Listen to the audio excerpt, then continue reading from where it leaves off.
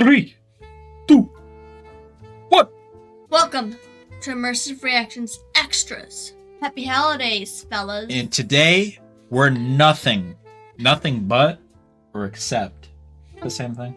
We're not extra. We're not. We're wearing the same color Yes, of tan. we are. We're like vanilla ice cream right now.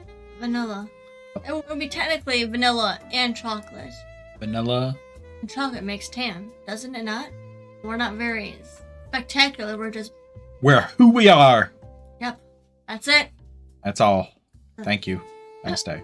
Today, we're going to be watching behind the scenes of the Terminator. 1984. Get terminated, fucker. That's what she says in the movie. She does indeed. The last one. That button. But we watched the movie. You can put probably a link to it in the end of the video and right around here somewhere in the video. Probably started at the beginning, but you can watch it. And we're going to see what we missed and behind the scenes, Easter eggs, stuff like that. This is Immersive Reactions Extras, which means we go into deeper depth with the movies we watched on the channel. Unlike other reactors, we take our time and want to get to know the movies we watch better before we move on to another one. We've already moved on to a different one, but we are going to do the extras today. Without further ado, let's get into it. Turn on. The Terminator is one of those films that I think changed cinema. A classic of the genre, it made many people's careers and turned several of the cast members into household names. Everything about it is incredible, and throughout this video, I want to break down the entire film scene by scene to talk about why it works so well. This video is packed with Easter eggs, hidden details, and a lot of things I haven't seen pointed out before, so I hope you enjoy watching it as much as I've enjoyed making it. Now though, I normally start off these videos by diving right into it. I actually want to start off by discussing where James Cameron was at before he made this movie. Yeah. Cameron was slowly scratching a name out for himself in Hollywood, and this caught the attention of the people running the show at Piranha 2. Brought on as a special effects supervisor, he ended up replacing the original director after he was fired from the production. This guy had been let go over creative differences, and unfortunately Cameron ran into the same issues when he was working on the set. Having to direct with an English to Italian dictionary, he found himself given no creative control over anything, and eventually he was let go as well. However, his name was kept on the picture as a director, even though he actually didn't do much of it and had no say over the final edit. This is something he'd come to hate, and Laden Eversole has made a brilliant breakdown going over all the making of stuff that you should definitely check out after this. Massively helped with the research here and learning about the whole crazy story that happened with Cameron on set. The first bit of this video has been kind of cribbed from that, but it's about 58 minutes long and we'll never get to the movie if I just repeat that guy's work. So yeah, go check that out if you want to learn more about the ins and outs of what went on the set. And I have to bring it up because it kind of leads into the Terminator itself. Now, upon leaving Piranha 2, Cameron said he found the entire experience extremely demoralizing. Completely exhausted, he ended up crashing out in a motel, and it's said in the night he had a fateful fever dream that would change everything. In the vision, Cameron saw a metallic skeleton rising out of the fire, covered in human skin, and it crawled across the floor, coming directly for him. Oh my God. Woke up with ideas racing through his head, and as they say, the rest is history.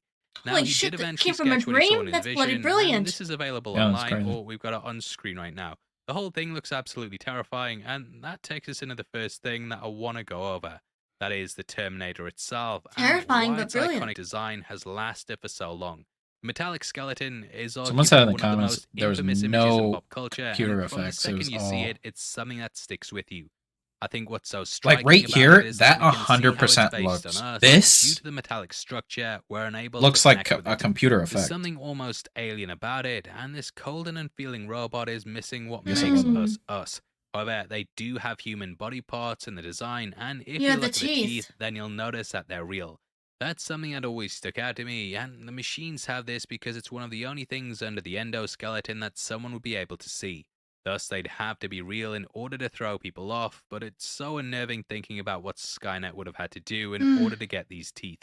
Now, there's also the iconic red eyes too, which peers through the skull when it's damaged, and that Yes, I half-man, noticed that. half-machine head is almost unforgettable. Now, the face of the Terminator is very iconic too, and that's of course provided by Arnold Schwarzenegger, who built his brand off the back of this role. However, it wasn't always going to be like that, and originally Cameron wanted Lance Henriksen to play the part. The director had worked with him on Piranha 2, and the vision he saw that night was more in line with his steely skeletal structure. So Cameron started pitching the idea to Oh, studios, and he'd often have Lance go in wearing full costume to scare the creatives before they talked about the film. This was alongside producing partner and future wife Gail Ann Hurd, who had bought the rights to the film for $1. Cameron gave her a writing credit as well, so that it added some authenticity to the work, though he later stated she didn't actually work on the script. Now, though the Mm. studios all loved it, he kept hitting roadblocks due to some of the stipulations he had. Because of his horrendous experience on Piranha 2, he wanted full creative control, as well as the job I of understand. directing and casting the I mean, movie. it's He his eventually managed to idea. Yeah. get but the studio said he had to have a named star in the role in order for them to go ahead with it. Several names were put forward, apparently also including O.J. Simpson, though Cameron has gone on to deny this. However, Dark Horse did do a comic cover with his likeness being used, so the rumor is something that's probably going to keep persisting. Either way, he went to several lunch meetings, though the plan was to always have Henriksen in the role. Kyle Reese was the person that he thought he could get away with using the named actor for, and he went off to meet an up-and-comer called Arnold Schwarzenegger. Blown away by him, Cameron decided to cast him as the Terminator instead, and we all Oh, know how that turned out in the end. Now, I couldn't believe this when I seen it, but Arnie was actually 37 years old when he made this movie. Guy oh, looks absolutely incredible, and it's crazy to think there's actually 9 years between this and It's Pumping crazy. Iron. I know he gets a lot of shit for doing steroids, but this guy retired from the sport a full decade before he ever stepped foot on this set. I know a oh, couple of bodybuilders, and they'll tell you how difficult it is to maintain a physique like this, and yeah. for him to be in competition shape for that long shows it's more than just hitting the steads. Guy definitely must have had an insane work ethic, and I think his performance goes beyond just what could have been a very thankless role. He prepared a ton in advance for this film and practiced daily at gun ranges so he could get to the point where he could fire without blinking. Oh He my also had gosh, Cameron wow. employing what he Oof, called guerrilla filmmaking, that's and due to not intense. having permits, a lot of the scenes were shot on the go.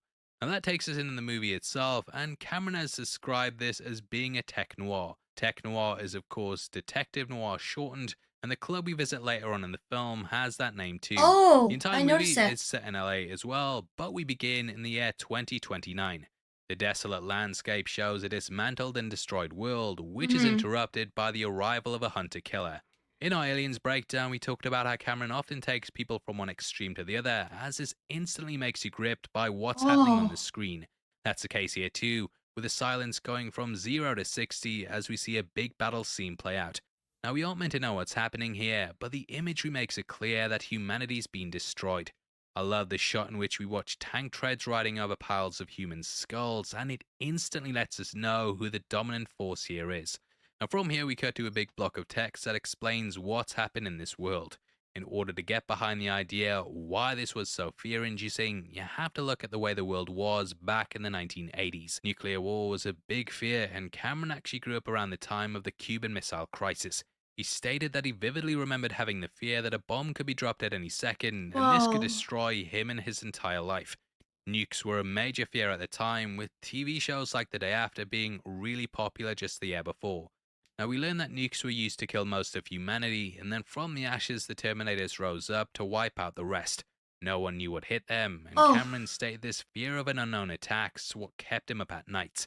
However, this idea of the unknown extends just beyond the nukes, and Terminators also represent Yeah. this as well. Beyond just bombs dropping at any time, we have the idea that something from the future could show up out of the blue and kill us for something that may or may not happen.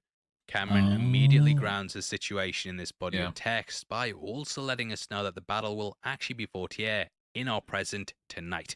Such a my cool way to gosh. start the film, and we get the story filled in the further we get into the movie. Now, it turns out that humanity actually won the war, and in a last ditch attempt to change things, the machine sent back a Terminator in order to kill Sarah Connor. Yeah. Humanity sent someone back to protect her, Oh. and thus we have I this might have missed closed that. loop where the events of the film lead to the Resistance leader's creation, along with his enemy Skynet. It's all one big closed loop in which the battle in the past happens, and this then leads to the war in the future, which causes the battle in the past to happen. It's all timey-wimey wibbly-wobbly stuff, but it's really well structured. And One Yeah. Take recently did a video on the film that pointed out something I'd never considered. Normally in time travel films, the characters are going back to change things, but that isn't the case when it comes to this movie. Skynet are the ones who want to alter the past, whereas the humans are the people that want to keep things the way they are. Now, you probably have noticed that yourself, but this means that Kyle is well aware that he's going back to die, and he still doesn't try to change things. Oh Living in the gosh. future, he'd probably know there's not an older Kyle Reese walking around, and in ensuring his death, the future stays the same. There's obviously a lot of great video essays on the movie, with us being 40 years old, so, I will be shouting out people along the Because way he and would be crediting them for alive stuff, but definitely check out in what the the future, so Terminator is he really has about to by die One Take, as in the it's one of the past. best I've seen on the film. Wow. Now, originally, they were going to touch upon some of these things, and in some of the earlier drafts, we had plot points showing the future war and more of Cyberdyne's systems. Sarah wanted to convince Kyle that they should destroy the company, which is when Reese stated that never happened in his timeline, so they weren't going to go do it. Cameron also wanted to send 2 Terminators back, with the second being a liquid metal one. However, he quickly realized that the technology wasn't there yet, and both of these ideas would of course show up in the second film. Anyway, from here we go to the title sequence and hear the iconic soundtrack blasting away in the background. I think that this movie owes a lot to John Carpenter, and it definitely brings across elements of his films. This includes the synthesized music, the Terminator being like Michael Myers, and we get the police station scene which riffs on Assault on Precinct 13. I've always viewed the Terminator as being like a sci-fi slasher, and we have several of the archetypes here playing. Kinda, yeah. You've got the unstoppable killer, the final girl, and the Terminator works more like to be a honest, murdering machine ripped right out of one of those movies. Now, after this intro, we pick It up is in 1984 frightening, the arrival of the Terminator. like horror Just like the movie opening frightening. shot with the skulls, Cameron expertly uses this scene to juxtapose the one we get with Kyle Reese in order to show who's the more formidable force. The Terminator comes in looking ripped as hell, like an ancient Olympian statue carved out of stone. Kyle's cut up, whereas the Terminator doesn't have a mark on his body, and even when he's stabbed, he's completely unflinching. He's slow, precise, and isn't shocked or stunned when he appears in the past.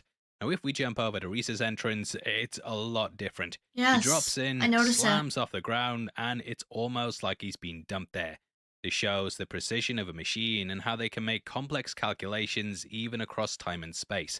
Humans are well humans, so we make mistakes sometimes and mess things up, which could be why Reese drops in without any grace. Now, the Terminator's a huge bulking machine, whereas Reese is slim and wiry, leading to them being almost polar opposites. The Terminator coolly walks around surveying the area, whereas he crouches down and runs through it, almost as if he's hiding and afraid. Arnie's got it all hanging out, literally, whereas Reese is sheepish and keeping a low profile in case he gets caught. Lack of fear in the Terminator is seen in the first people he encounters as well, as Arnie attacks them, whereas Reese has to run from the police. Now, early on, we get our first hint the Terminator is a machine, with his eyes scanning the area and likely mapping it out.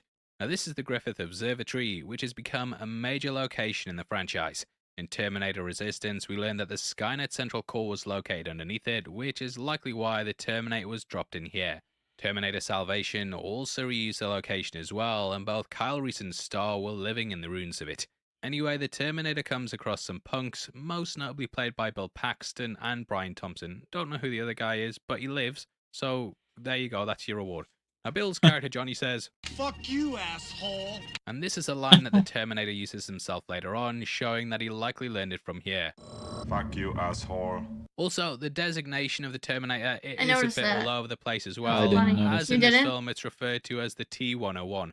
However, come T2, it gets called the T-800, so yeah, apologies if I keep calling him different things throughout the video, but the filmmakers didn't even really know. Anyway, I love how this kind of intro starts off as a mystery, and though we have some idea of what's going on, we're not 100%.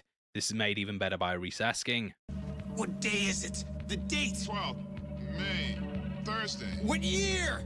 And it itches away at us until we find the answer. Now, another interesting detail we can catch on I like how they Kyle is that leave his arm has a barcode on it it. up for In the tension. franchise, It's we like learn figuring humanity everything was out. enslaved by the machines and that they were put to work.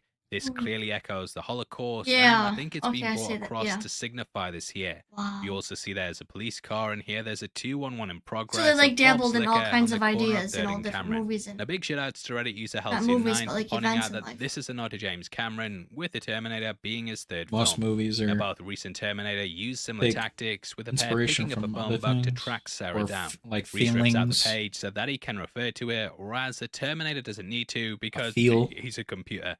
All the Terminators, of course, can make copies of data, and their memories can be played back, meaning that he'll have a complete scan of this. And one thing that you might not notice as well is how the Terminator looks through the names. Whereas Kyle uses one finger, the Terminator uses two because he's able to process more information at once. Now, one of the I best noticed details that, I no. noticed in the entire I didn't film notice that happens either. at this moment too. On the right, we can see the Terminator's finger dropping down, and this is so that he can find Sarah. However, if we look at what's on the left, That then one, yeah, we that one can see stopped. that he's rested on the name John Connor. Yeah. This is, of course, the primary target, and though he's not been born yet, it shows the T-101 still has him in the crosshairs. I love how he finds both John and Sarah Connor, and though this flies by in a second, it's such a cool detail that blew my mind when watching it. Now, Almost John's, like of course, a messianic figure, and the super initials close. JC, of course, Hmm. also belong to Jesus Christ. Anyway, from here we jump over to see a young Sarah Connor making her way to work. She's sort of in the same vein as Laurie Strode from Halloween, and presented almost like a What? Virginal Mary figure who's yet to be tested. She works as a waitress at a restaurant called Big Jeff's, which is, of course, a play on Big Boy. Customers complain, she makes mistakes, and even little kids are dropping ice cream in her pockets. I love how we're also made to The think about the orphanage. future here as well, with a friend saying, Look at it this way, in 100 years, who's gonna care? everyone's going to care, mate, because they keep sending Terminators back constantly to try and kill her. Now from here, we cut to a scene that always makes me chuckle. I don't know if it's intentional or not, but only asking for plasma rifles at a gun store always cracks me up. Phased plasma rifle in the 40-watt range. Hey, just what you see, pal. yeah, The Uzi 9mm. I understand that now. Just the delivery on it. Plasma, this is what? Now, Arnie kills the guy behind the counter, and look, I know I'm not American yet, but I just always imagine that anytime someone buys a gun, that this moment crosses the shopkeeper's mind. Sort of like how whenever you get into the sea, you think yeah. of Jaws, and whenever you're on a long road, you think of Final Oof. Destination 2. Or Final Destination, if Never you're on a seen plane, any Final of Destination these 3, movies he's if talking you're on a about. roller, I think that's the roller coaster one. Anyway, But we see we that will. laser sight is Yes, added we to the will. handgun, which wasn't actually that easy to get their hands on. This was actually something that they had to make in mask for the movie in order to make it seem like it was legit. What they did is that they added a laser on top and then ran a wire down on his glove, which went up his sleeve and then down the back to a power supply. Now, Oh, we've been talking about opposites Wow. a lot in the break. crazy how we see lasers another one back then were demonstrated in Reese across town. needed You so watch much as he stuff. has to hide and create a sawn-off shotgun, which has a bit of string tied to it in order to keep it secure. In a oh, nice continuity detail, we see in the club later on that there's a bit of strings hanging off the end of it after he's had to yank it out his coat. Anyway, both of them continue their search for Sarah, and we see a toy truck in the street which then gets run over. In a great bit of foreshadowing, this is actually a model of the truck Oh! that Terminator hits at the What? end of the film, and that little toy gets That's revenge for getting run over. The Terminator, of course, gets run over, and he also ends up driving it as well, which leads to it being destroyed, much like how it does here. yeah. There's also a young girl riding around on a tricycle, and during the truck scene, the Terminator rides a motorbike. Oh my gosh. Now we watch as the Terminator walks up to the first Sarah Connor's house, Yeah. and we can see a dog starts to understand. bark at him. As we learn later, these are That's a used in the reach. future to detect Yes. Terminators, and there's some stationed at the base sniffing those who go in. At roughly the 1 hour 10 mark, we see Reese arriving, and he puts his hand in one of the dog's noses to show he's not a machine. This clearly became a Oh. habit, as we even I see knew him that. doing it when he gets to the 80s. Cut to I 1 was hour saying 15 hi. mark, and we No. watch as him and knew. Sarah arrive at the motel. He which was is like- when he walks over to the dog and lets it sniff his hand. I see the Anyway, yeah. back I with the knew- Terminator, we see as he I actually goes and knew picks that up the like first while I Sarah was watching Connor. it. I T101 realized that. Tia I don't know comes how. It's just working down the list in the phone book because that's the most logical thing that a computer would do. For Reese, though, he has played things differently, and he stopped on the bottom name because he had a better idea of who she was. Now, as the Terminator breaks in the door, we see things switch to slow motion, which is Yes. a technique Cameron also used when he murders Ginger. This perfectly plays off to add some tension later on, and we see everything slow down when the Terminator is at the club. Just did when the notice machine that, gets like- Sarah in yeah. his sights, everything slows down Oh. again, and though it's not a crazy detail, it shows how smart Cameron is when it comes to repeating techniques to add tension. Now, they were actually going to do something here where he'd cut open her leg, and this was because he was Oh. looking for metallic pins. Skynet What? apparently had information that she'd had an operation on it at one point, and they then used this to identify the real one. What However, the the heck? movie would end with her Ew. breaking her leg at the factory, and then she'd Jeez. have to go on to get the operation that would then cause it. So there's Oh, all she still didn't left in get the the movie, and at the surgery end we yet? see that she badly damages her leg during the factory scene. Oh. I think the pin thing shows that this was always meant to be, and that it being there for the machines to learn shows that they caused it in the past. Lots of timey-wimey wibbly-wobbly stuff, and we join Reese, who's parked up outside a construction site. The lights on the truck blind him a bit, and this transitions perfectly into the future war. The treads don't seem out of place, but when we pan down we see they're once more on top of skulls. Now the battle shows how bleak that the future is, and how important Reese's mission is to make sure they win. Cut back to Yeah. Sarah's home, where she and her mate Ginger are getting ready for their date. Sarah's wearing a Jetsons t-shirt, and this is of course about a family that live far in the future, but robots aren't their slaves there. Oh my Looking I at didn't you, pick that Rosie, up. get That's some pretty I cool. didn't either. Now, after they get the Oh biggest my burn as god. possible, we get a little vocal cameo by James Well, Cameron. it was so cancelling early his in and the Sarah's movie, I date. didn't Yeah. realize it was Hi, like Sarah. so Something future-centric. come up and it looks like I won't be able to make it tonight. Just can't get out of it. Look, I'm really sorry. I'll make it up to you. Call you in a day or so, okay? Sorry. Bye. In a weird twist of fate, Cameron would actually end up marrying Linda Hamilton, and he was also married to Gail Ann Hurd as well. Man also married the daughter from Titanic, so you better watch out, Zoe Saldana. Lad's coming for you. Anyway, Sarah heads out by herself, which is when the Good Terminator lord. attacks. After hearing there's someone out there killing people with her name, she decides to head to a club, which is where she notices that Reese is following her. Huge shoutouts to Rob Ager for doing a video essay on just this scene, and he talked about how elements are used to foreshadow the future. We have metallic fences, sheets lining the wall, and lights shining down similar to the Hunter killer beams. The song in the background is about a photograph which Reese has in the future, and this is to show him what Sarah looks like. The chairs and tables are made of metal too, and we also have a doorman wearing a skeleton on his t-shirt.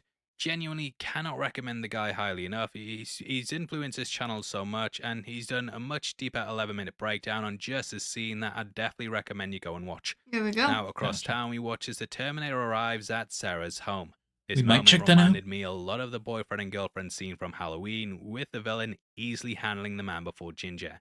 Now the phone rings and we see how precise that the machine is. Ginger when was he so whips around involved and in her own points his little gun at it. world. The Yeah. laser rests steadily on the telephone without moving, and this is to cement how accurate the Terminators are. You also get a nice little meta joke with the answer machine saying, Hi there. You're talking to a machine, but don't be shy. It's okay. Machines need love too. So talk to it, and Ginger, that's me, or Sarah will get back to you. Wait for the beep. Now Sarah doesn't realize, but she's actually talking to a machine when she's leaving the voicemail, and this lets the Terminator know exactly where she is. Phones are what gives Sarah away twice in the movie, and later on we watch as she calls her mother from the motel. Fucking hell, tell you, gets the blood boiling just thinking about it. However, Cameron that wanted part to got quiet me some of the upset. fears at the time, and there was a lot of publicity around wiretapping, people listening into phone calls, and privacy being breached by foreign entities. Watergate happened about a decade before, Oh. and this theme's become even more relevant with the internet and apps collecting your data. Now the T-101 or the T-800 arrives at the club, and it all goes down with him shining the laser directly at Sarah's head. We get this hitting us too, and this screen goes red, somewhat foreshadowing the red eyes of the Terminator we see later on. Oh. Reese manages to knock him down, and Nice. in a nice bit of sound design, you can actually hear his shotgun blast hitting against the Terminator's metallic skeleton. Yeah, Oh. did hear it. I just didn't realize it. Come with me if you want to live. Which the Terminator uses in T2 to show that she can trust him. Now, the chase scene leads to Reese blowing up a car, which the Terminator then jumps back through. This actually burns the character's eyebrows off, and it singes the front of his hair to make him look even more menacing. As he gets off the ground, Yeah. we see his I like how he jacket smoke coming off of changes it, throughout achieved the with whole Cameron thing. He Yes. looks so throwing acid onto human, it. and then Oni said that if slowly has mentioned turns into a several times robot. that his Yes. skin was cooked. In the car we watch as he shows his ability to mimic people, which he later uses to pretend to be Sarah's mother. This is 1L19, westbound on Olympic approaching Overland. I love you too, sweetheart.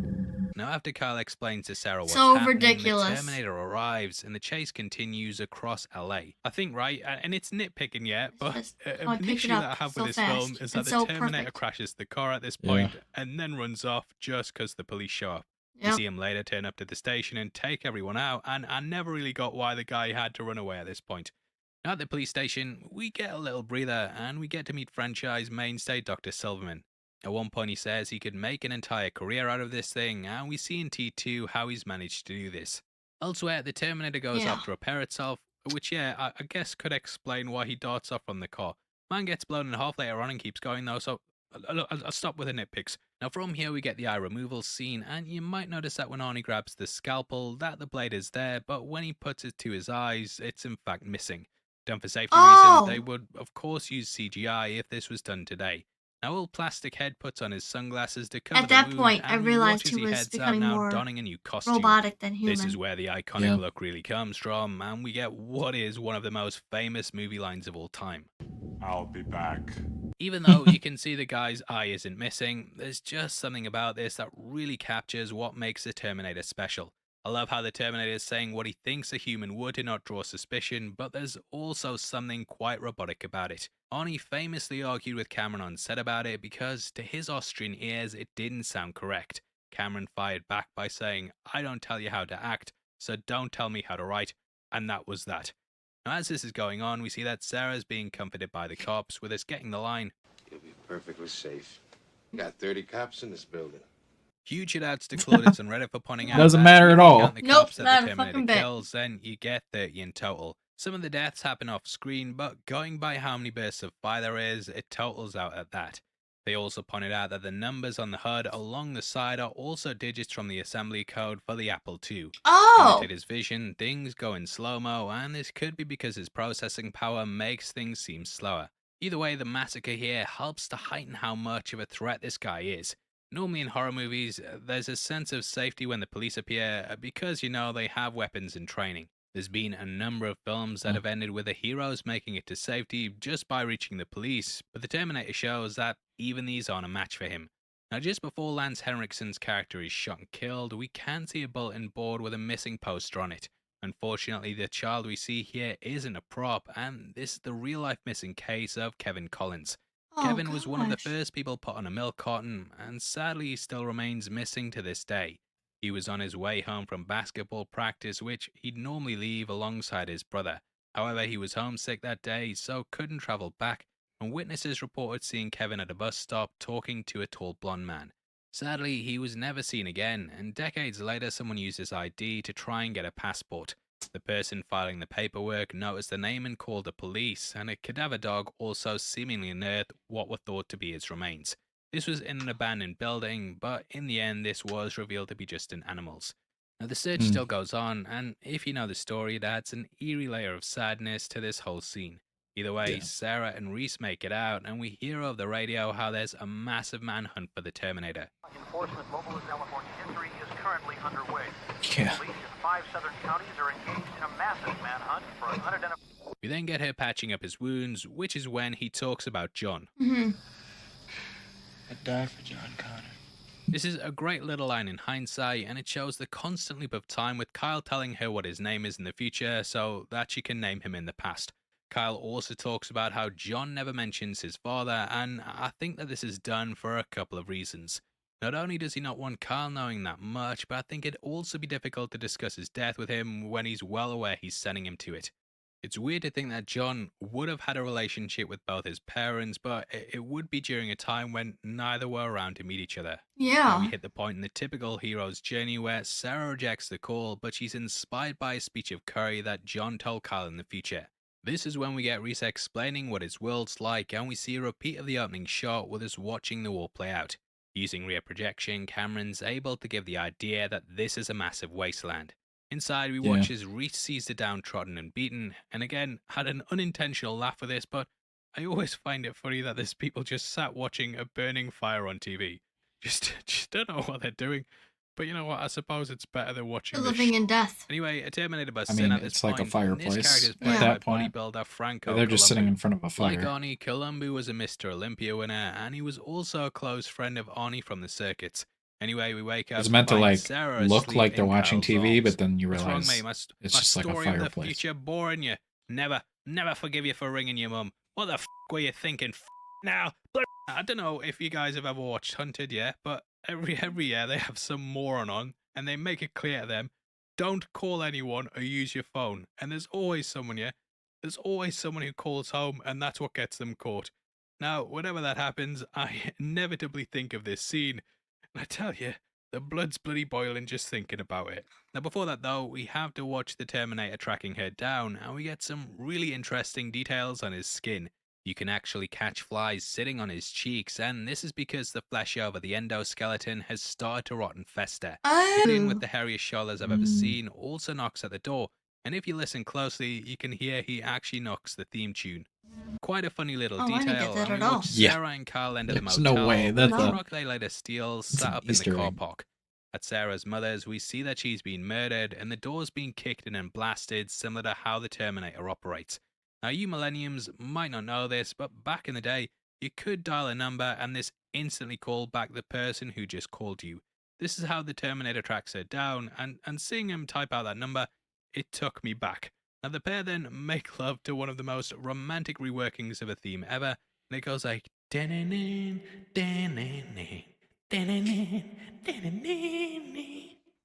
After the scene, we see a big change in Kyle, and the next scene in the motel is the only time the character actually smiles in the movie.